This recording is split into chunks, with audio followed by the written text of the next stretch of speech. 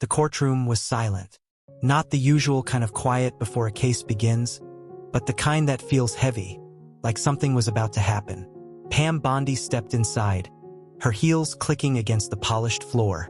She had walked into countless hearings before, but today was different.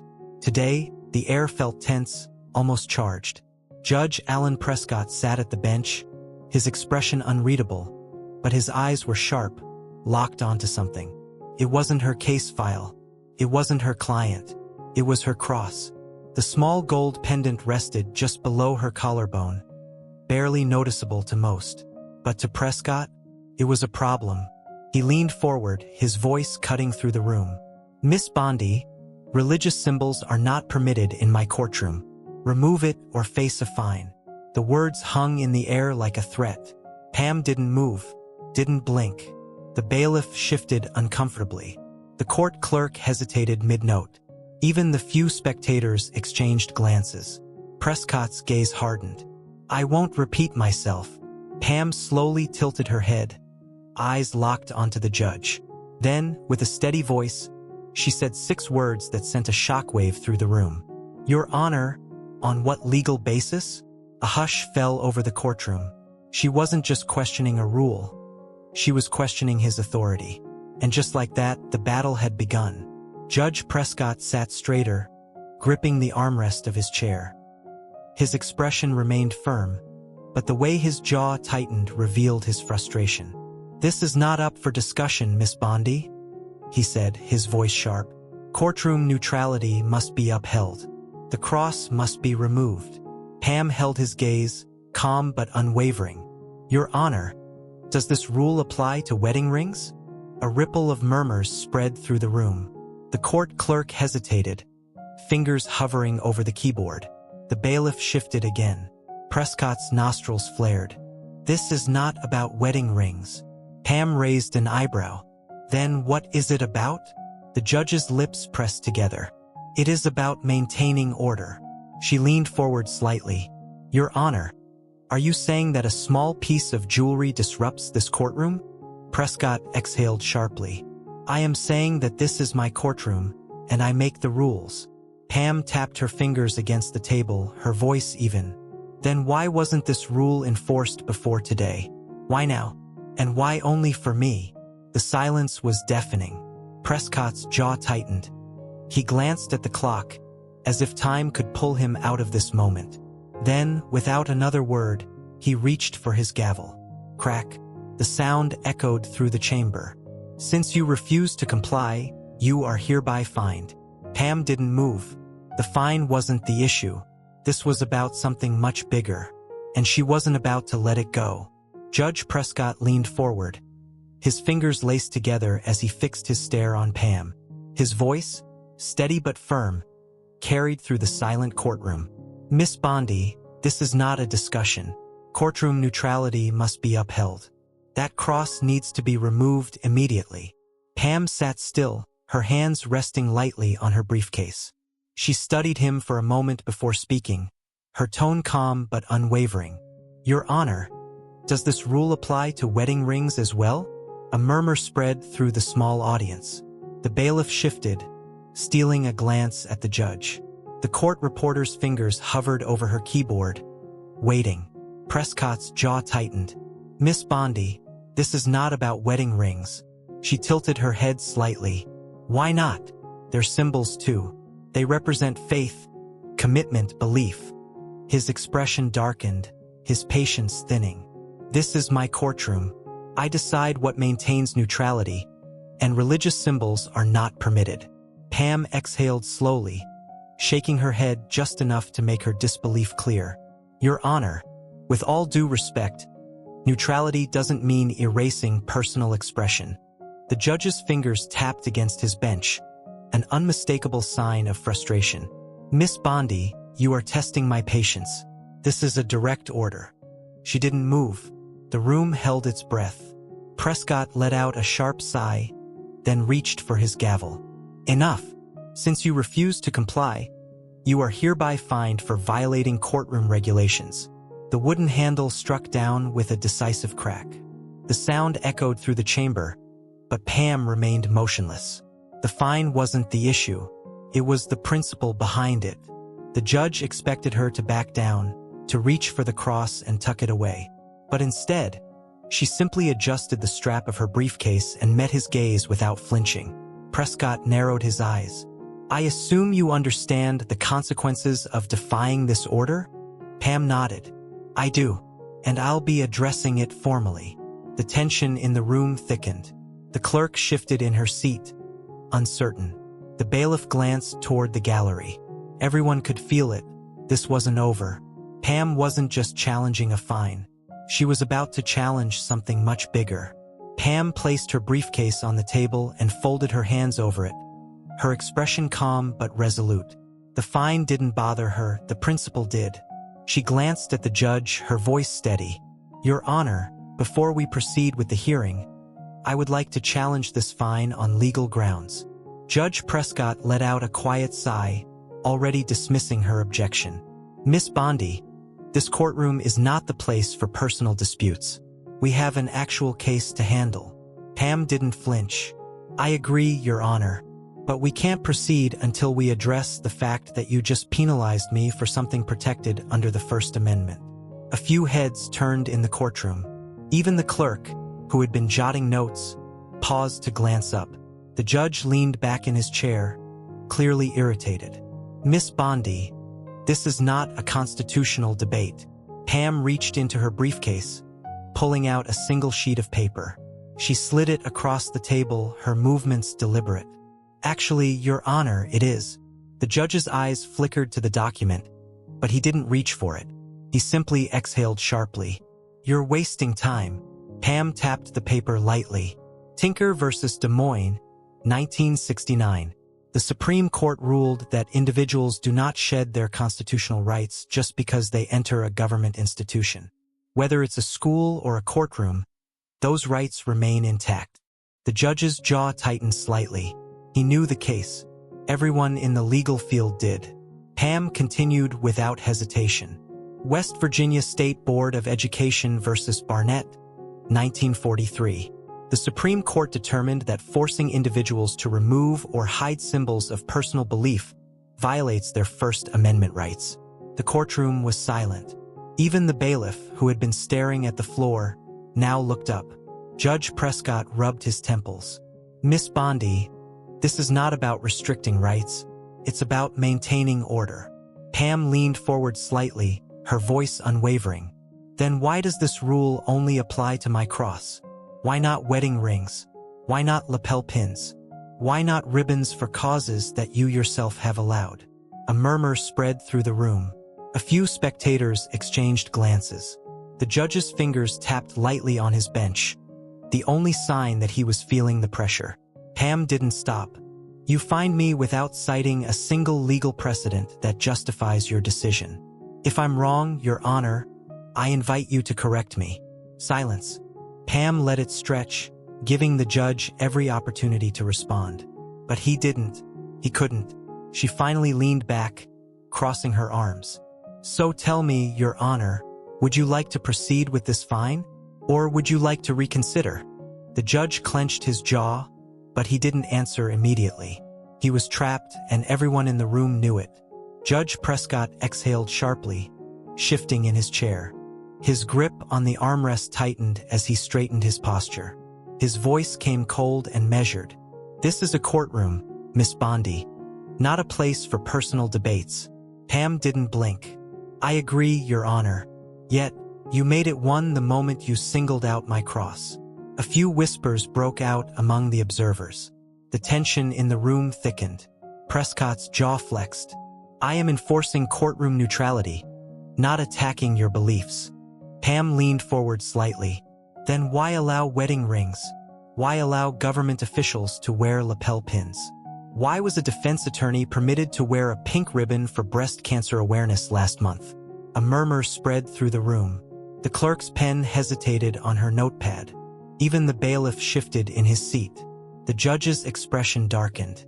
"Miss Bondi, you are dangerously close to overstepping." Pam's tone remained steady. "No, Your Honor. I am simply pointing out the inconsistency. If neutrality was truly your concern, you would have enforced this rule before today. But you didn't.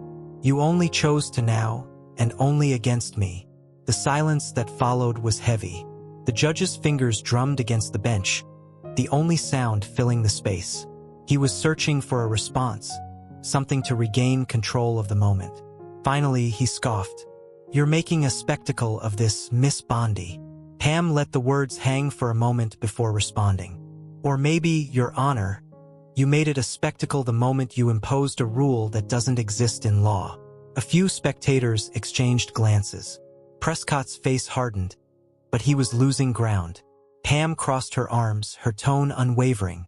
"Tell me, Your Honor, if this fine stands, will every attorney be forced to remove all personal symbols? Or is this rule only for me?" Prescott's fingers curled around the edge of his desk. The weight of the courtroom's eyes bore down on him. He had walked himself into a corner, and he knew it. Judge Prescott inhaled sharply, his fingers tightening around the armrest. His authority had been challenged, and the entire room was waiting for his next move. The silence stretched, thick with anticipation. Finally, his jaw tensed. "Mark the fine as pending review," he muttered, his voice lower than before. Pam didn't react immediately. She simply held his gaze, letting the moment sink in. He wasn't admitting defeat, but he was stepping back, for now. The fine wasn't officially dismissed, but it wasn't enforced either. A quiet murmur rippled through the gallery. The clerk glanced at the judge, then quickly scribbled a note. The bailiff, who had been sitting rigidly, finally allowed himself a slow breath. The tension in the room shifted. Pam adjusted the strap of her briefcase and turned slightly, her eyes meeting those of her client, a middle-aged business owner who had been sitting silently through the ordeal. He gave her a small nod, his respect evident. She had walked into this courtroom for a business dispute, yet somehow, she had found herself fighting a constitutional battle instead. But that fight wasn't over. Prescott's expression remained unreadable, but the way he adjusted his papers, the way he straightened in his seat, it was clear. He hadn't expected resistance. Pam stood, smoothing the front of her blazer. "Shall we proceed with the actual case now, Your Honor?" Prescott nodded stiffly, his usual commanding presence slightly dimmed. "Yes, proceed." But outside the courtroom, the story was already spreading. A reporter, originally covering a separate case in the same building, had caught wind of the confrontation. Within an hour, a local news website posted the headline, "Florida Judge Tries to Fine Attorney Over a Cross, Backtracks Under Legal Pressure." Pam's phone buzzed. Then again. Colleagues, legal experts, even former classmates. People wanted to know what had just happened. She had won this round. But deep down, she knew Prescott wasn't the type to let something like this go.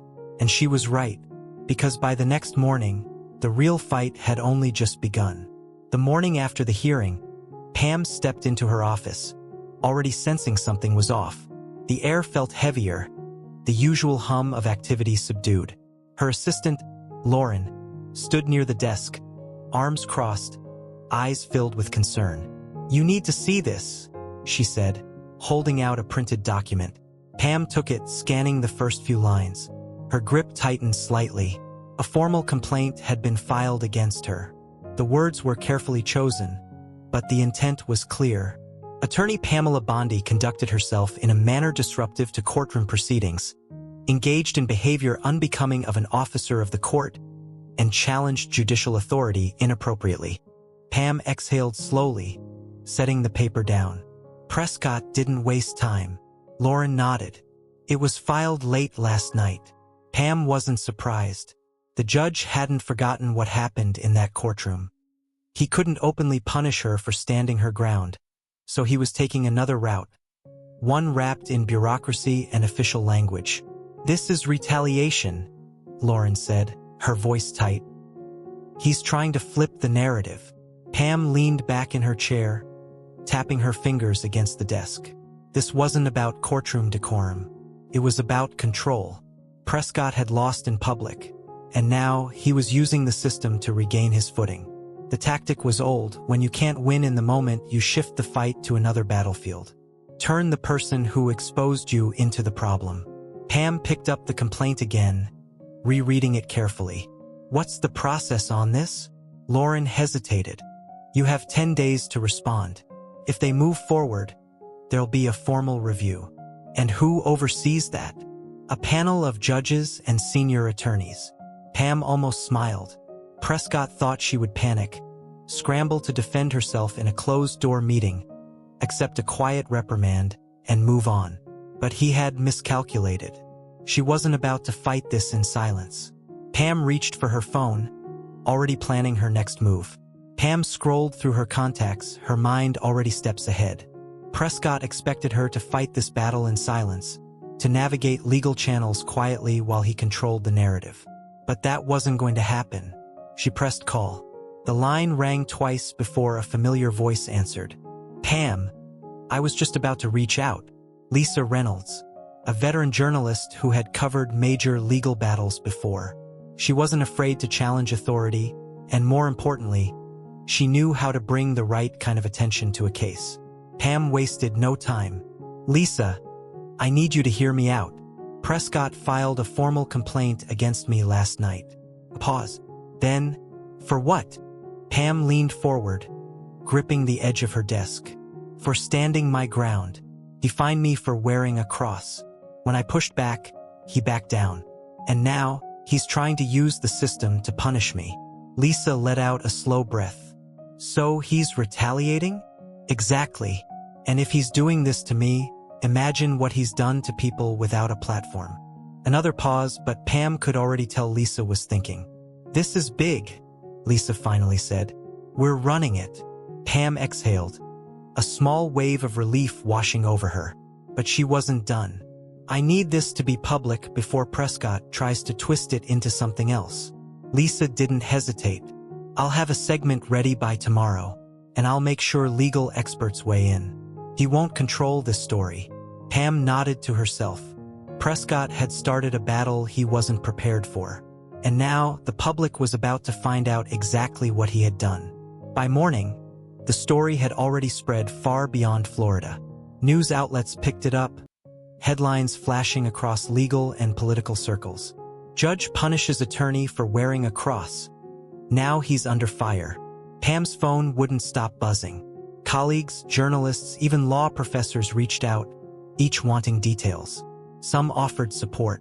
Others simply wanted to know how far this would go. Social media erupted. Some defended Prescott, arguing that courtroom rules should be upheld. But others, especially legal analysts, tore his logic apart. A professor from Georgetown went on national television, calling the judge's actions a blatant abuse of power with no constitutional basis. Pam scrolled through the discussions, watching as the debate grew. The issue had gone far beyond one courtroom standoff. It was now a national conversation. Then came the moment she had been waiting for. The Florida Judicial Review Board released a statement. They were officially launching an inquiry into Judge Prescott's actions. Pam leaned back in her chair, exhaling. Prescott had wanted to handle this quietly, but now, every move he made was under scrutiny. His reputation was no longer in his own hands. Judge Prescott stepped in front of the courthouse, cameras flashing around him. His posture was stiff, his expression carefully composed. He cleared his throat before speaking. "I have always upheld the integrity of my courtroom. The actions taken were in the interest of maintaining neutrality. However, I respect the judicial review process and will cooperate fully." Pam watched the clip on her phone, barely suppressing a smirk. Even now, he was trying to frame himself as the voice of order. But it wasn't working. Legal analysts dissected his statement within minutes. Neutrality? Then why was the rule never enforced before? Why only now? Prescott wasn't just under investigation. His credibility was unraveling. The Judicial Review Board had a decision to make. If they ruled against him, it wouldn't just be an embarrassment. It would be a precedent. A case that attorneys across the country could reference. Even if they didn't formally reprimand him, the damage was already done. He had lost something more valuable than a ruling, his authority. Every lawyer who stepped into his courtroom after this would know. This was the judge who tried to silence someone and failed. Pam set her phone down, exhaling slowly. This wasn't just about a fine or a courtroom dispute. It was about standing firm when someone in power tried to overstep. If she had let it go, if she had stayed silent, Prescott's actions might have set a precedent. A quiet rule enforced in one courtroom could have spread to others. But now that wouldn't happen. She had challenged him, not out of defiance, but out of necessity. And because of that, he had been forced to back down, not just in front of her, but in front of the entire country. Pam knew this fight wasn't just hers. It was for every attorney, every defendant, and every citizen who had ever walked into a courtroom wondering if their rights could be taken away with a single ruling. Power unchecked becomes dangerous, but power challenged? That's when real change happens. If you believe in standing up for your rights, make your voice heard. Never back down. Like, comment, and subscribe for more real stories that matter.